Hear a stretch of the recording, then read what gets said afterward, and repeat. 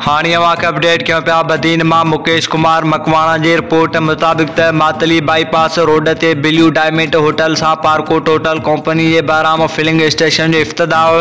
तफ़सील मूजिब रईस सिकंदर खान पिताफ़ी जे फर्ज़ंद बहिराम सिकंदर पिताफ़ी पारां क़ाइमु कयल फिलिंग स्टेशन जी शानदार इफ्तिताही तक़रीब मुनक़िद कई वई।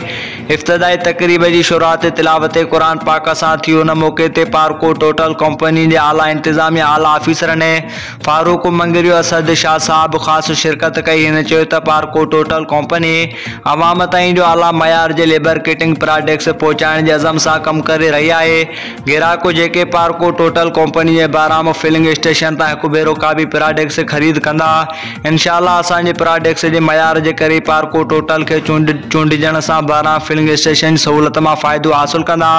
उन मौक़े ते पिताफ़ी नोतकानी कश्मीर कंबोआ राजपूत मेमणे भमरा खोसा बिरादरी जे मोहद्दिदीन ऐं शहरनि खां अलावा क़ौमी प्रेस क्लब मातली जी टीम पिणु मौजूदु हुई। प्रोग्राम जे पिछाड़ी ते समूरनि शिरकत कंदड़नि लाइ शानदार मानी जो पिणु इंतज़ाम कयो वियो।